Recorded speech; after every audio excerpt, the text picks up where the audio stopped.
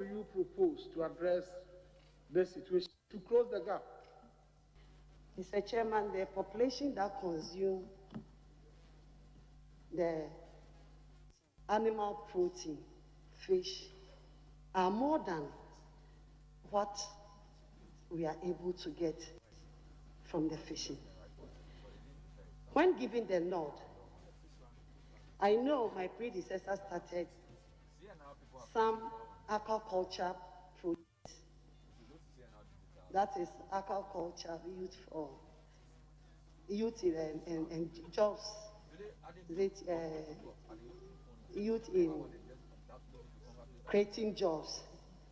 And I think when we introduce, we enhance, it's youth in aquaculture. Youth in aquaculture and jobs. Yeah. Youth in aquaculture and jobs.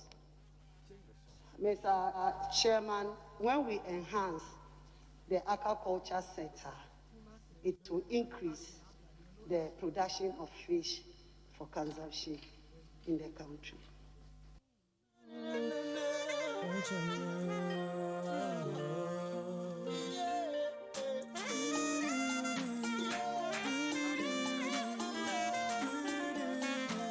Don't forget that there's business news at 7 o'clock. There's business edition at 10 past the hour. We also have sports. Lots of stuff on the show this morning. I'll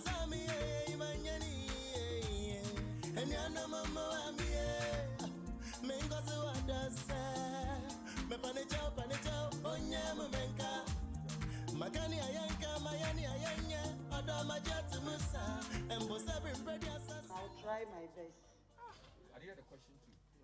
Fish farming is the process of rearing of fish in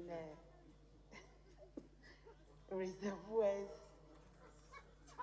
and the fish ponds, etc. Thank you. And some advantages. I think OBMO is just disturbing. What are some advantages of a fish farming? Honorable man, please. I said, what are the advantages of fish farming? Thank you, Mr. Chairman. One advantages of fish farming is it makes the farmer earn some income. It also increases fish in our community for consumption. I think it all boils to our environment, how to keep the environment clean. So in collaboration with the stakeholders at the fishing community and in consultation with the sanitation ministry and the relevant agencies, we'll discuss how to get rid of these plastics in our seas. And also, as I earlier on mentioned, we will also encourage the fishermen to use the right gears for the fishing. That is not supposed to maybe bring in these plastics out from the sea when they go for the fishing. When they use the right fishing gear, it's likely to save them from getting the plastics. A moment of silence.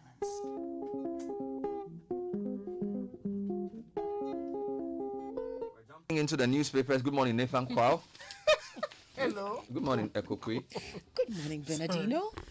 How are you? I'm not particularly in a happy or cheerful mood. Just chill. Look, it's Friday. I'm Listen, with you. It's Friday. You know what I mean? It's Friday, so I shall take it easy. No, just okay. You can. Okay, so cool. So let's just get into the papers. No problem. Yeah. We'll get into why you are angry a little later. In later. Yeah, You are not twitching. Bébé. I Time know. no day. Tu veux se dépêcher. You are in a hurry. Hey, honey, friendship. Je ne fais rien. Okay. The Daily Graphic says, time bomb. School children take to drugs. Yeah, man. Okay, and there's an interesting breakdown here, and we'll get back to this. Retirement age debate. Experts express varied views. I regret firing warning shots.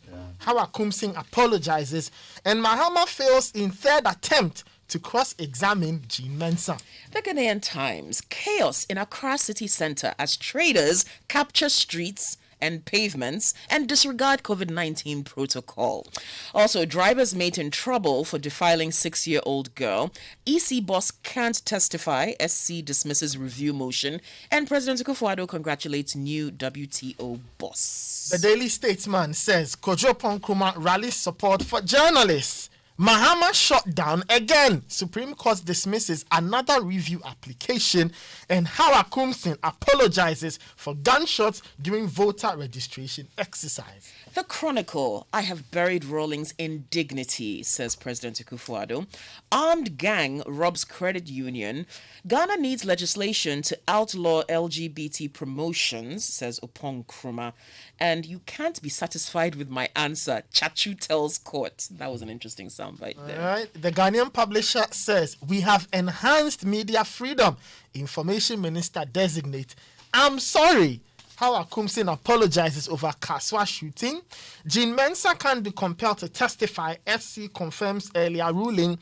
And Adwa Safu dazzles and promises to tackle child trafficking and rebrand witch camps. Which newspaper is that? The Ghanaian publisher, Adwa Safu dazzles. Maybe it dazzles them. The new weekend crusading guide. You failed to satisfy us. SC to Mahama lawyers on review application. Electrochem empowers Adam residents, builds 12 community pans along Songo Lagoon. We are very grateful. Rawlings family appreciates Akufo-Addo. Ghana donates election materials to Niger. Group fights Ochre Darko's nomination as Western Regional Minister. And change in recent weather patterns unpredictable. Okay, the BNFT's front page says, time for drastic change to gas policy, says economy IES. Okay, that's according to IES. And they say economy being exposed to huge financial risk. High initial cost, lack of access to funds remain major hurdles. That's in our race to clean energy. And on governance, Hang Parliament has reduced burden on public purse. That's according to Martin Bebu.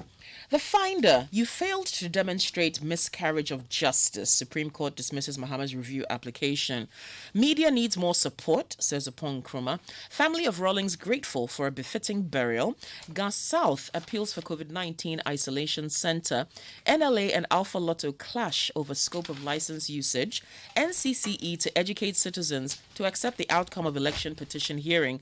And we should consider legislation against LGBTQI advocacy. That's Opong Nkrumah speaking again. Let me take you online. This morning, I'll start global and then end local. So the BBC's lead story is NASA rover in great shape after Mars landing. And they've even sent back pictures. So it took it 7 months. Yes, from Earth to Mars, it landed and sent a photo. So that's what some people are doing. We are also doing our own. Other stories, hundreds of thousands are without power and cold. Some are even dying. And this is in the United States of America. This is CNN's lead story. It's unbelievable.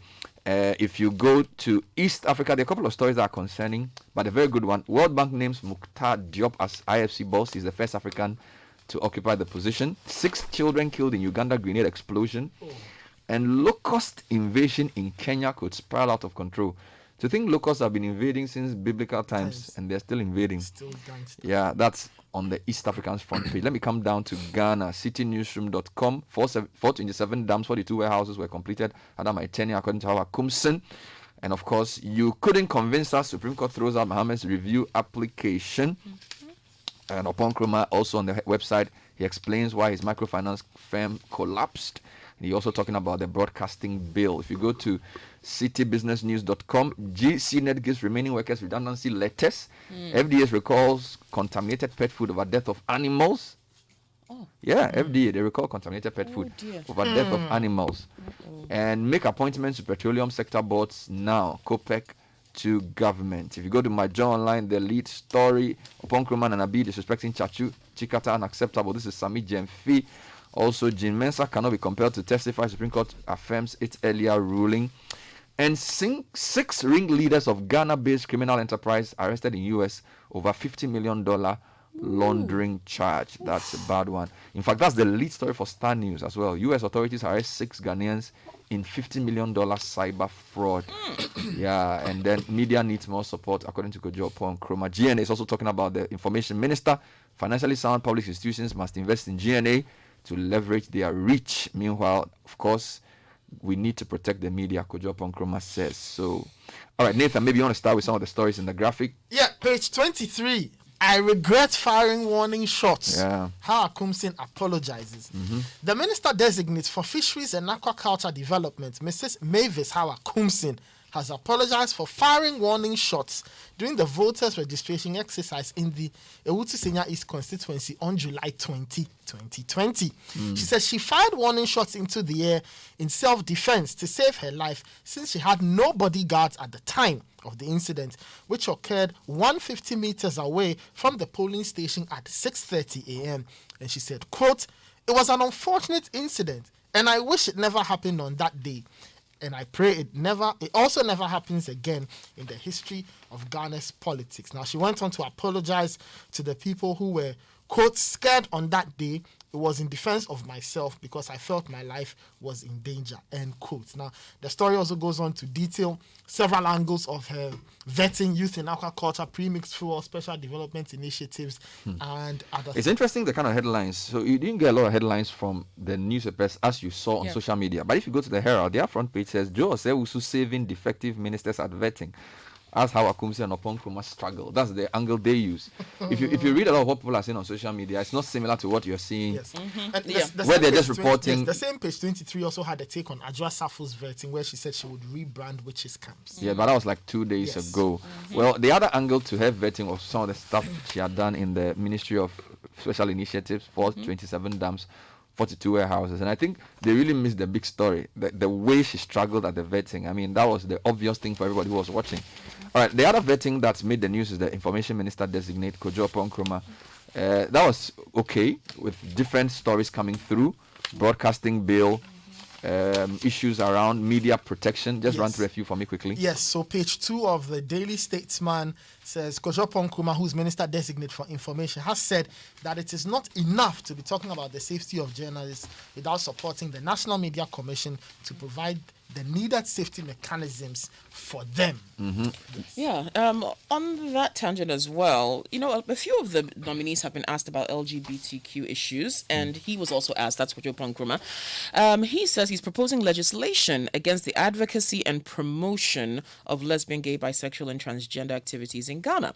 This follows the current advocacy around the legalization of homosexuality in the country, with an office commissioned recently. He says the country needs to consider passing a law that tackles its promotion because the practice in itself is culturally unacceptable and goes contrary to Section 104 of the Criminal Code 1960.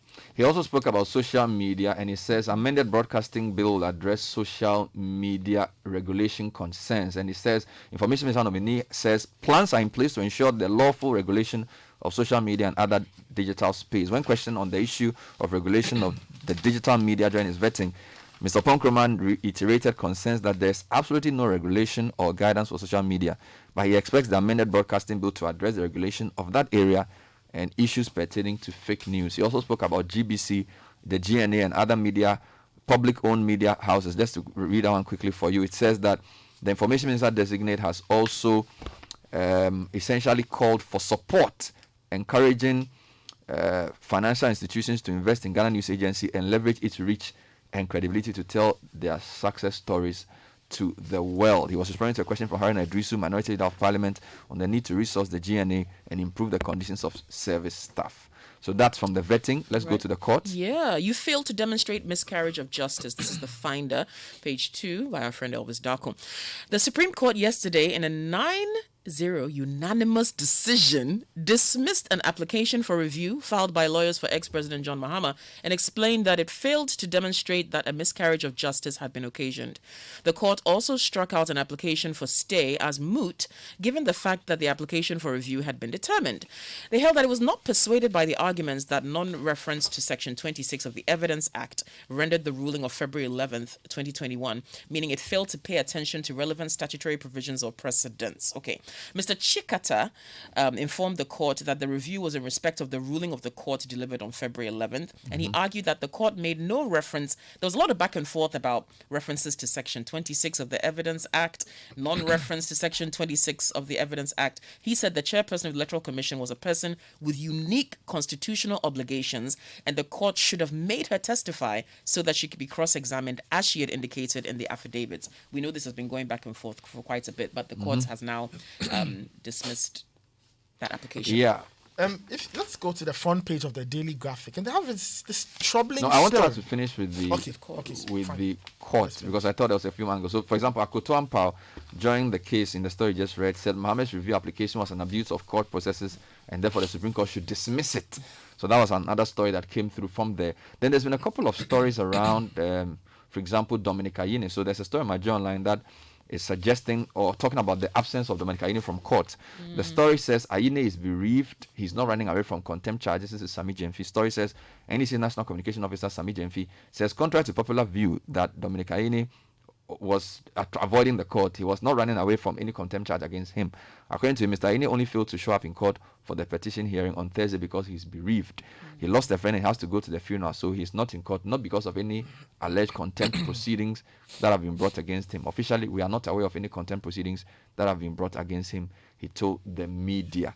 Now, this came up because there have been some rumors or sort of unconfirmed reports that he'll be dragged in court for saying that there was a predetermined agenda among the judges to rule against the petitioner.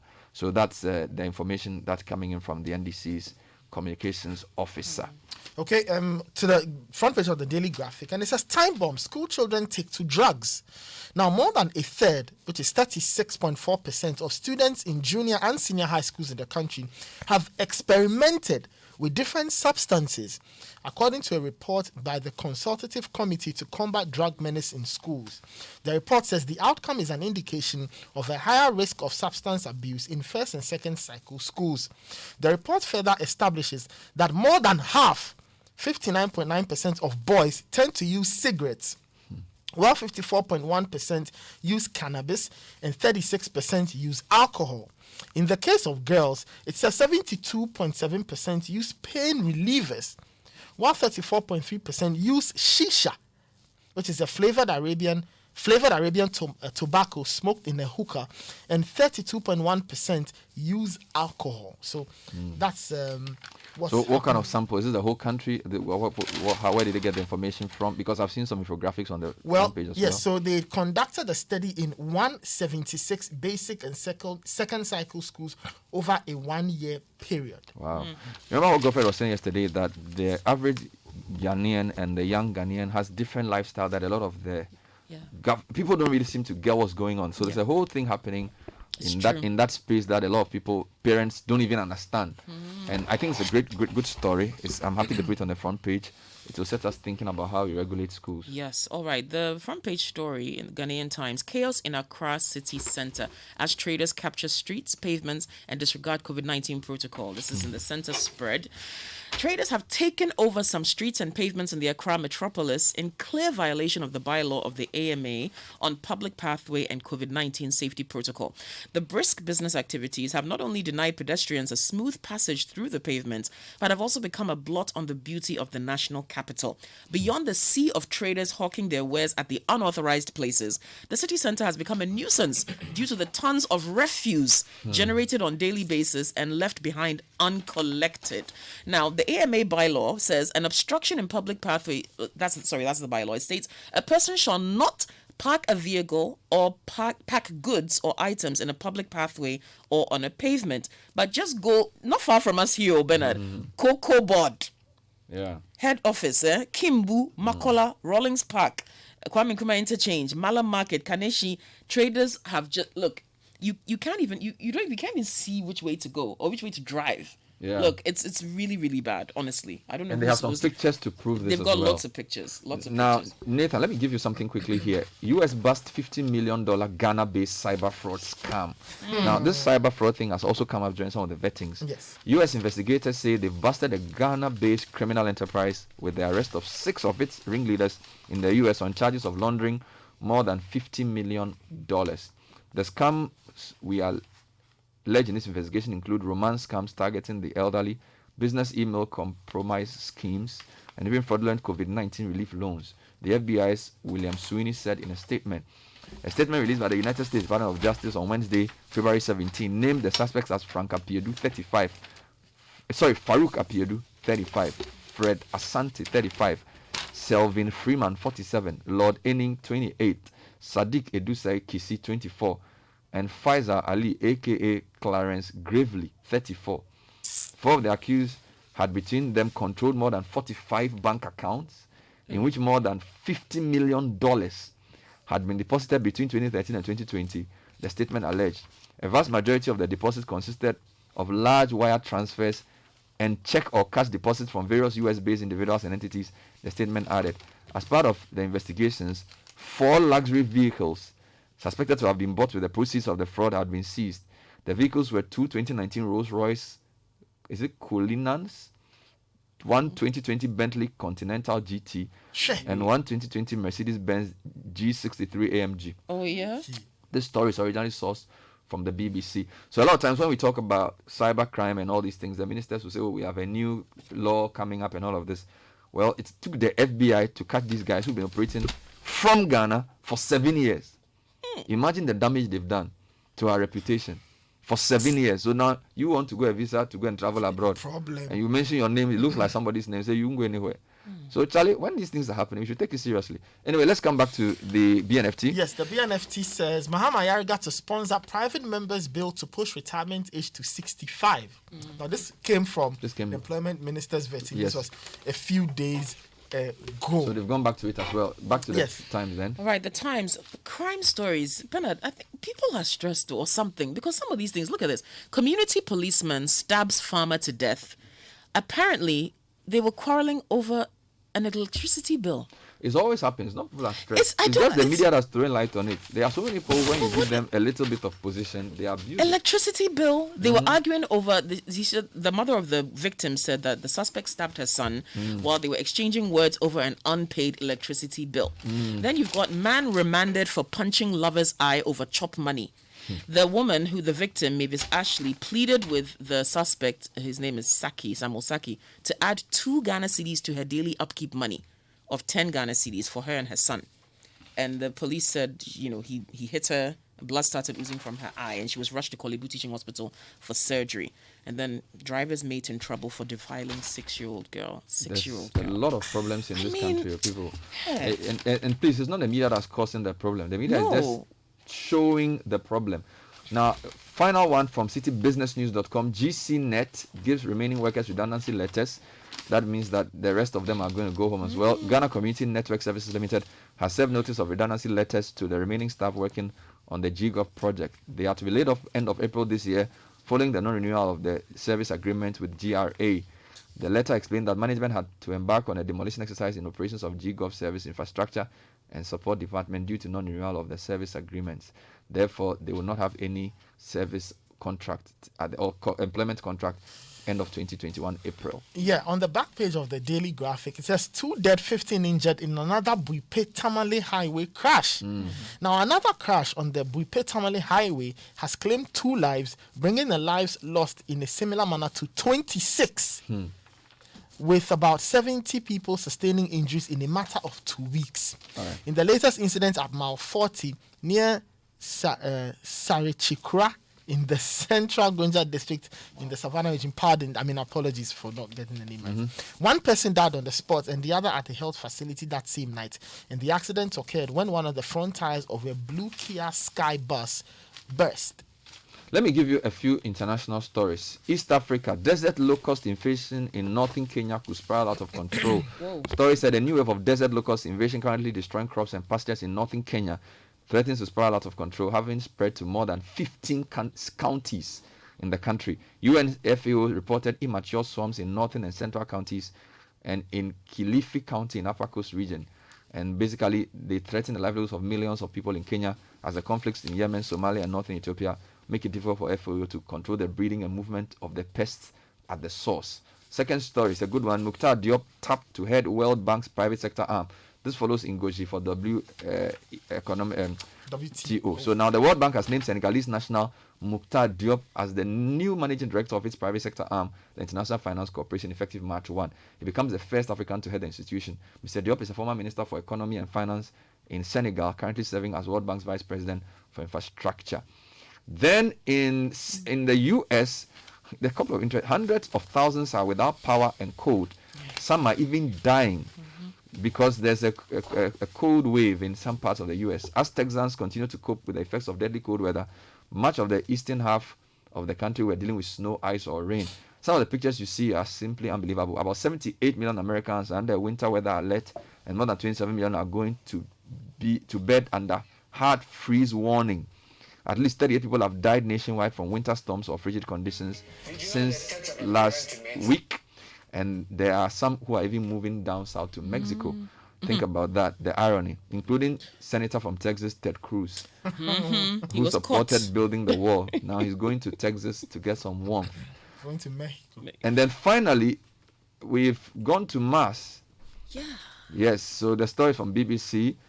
There's a new robot on the surface of Mars. The American Space Agency has successfully landed its Perseverance rover in a deep crater near the planet's equator called Jezero.